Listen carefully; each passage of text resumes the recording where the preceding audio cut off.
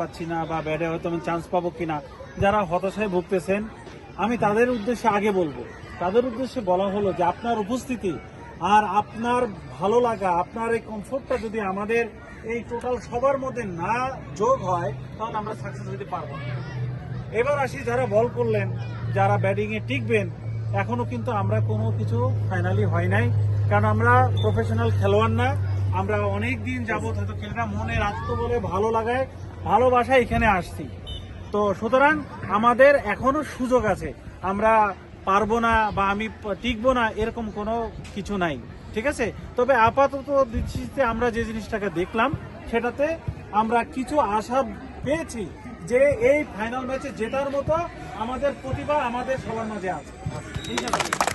এটাকে যদি আমরা এক করতে পারি তাহলে ইনশাল্লাহ অবশ্যই আমরা প্রত্যেকটা ম্যাচে জয় করে আমাদের কাপ, আমাদের যে সিনিয়র আছে তার মুখকে আমরা উজ্জ্বল করবো ইনশাল্লাহ। ঠিক আছে ভাই? জি ভাই, এবার কিছু বলেন।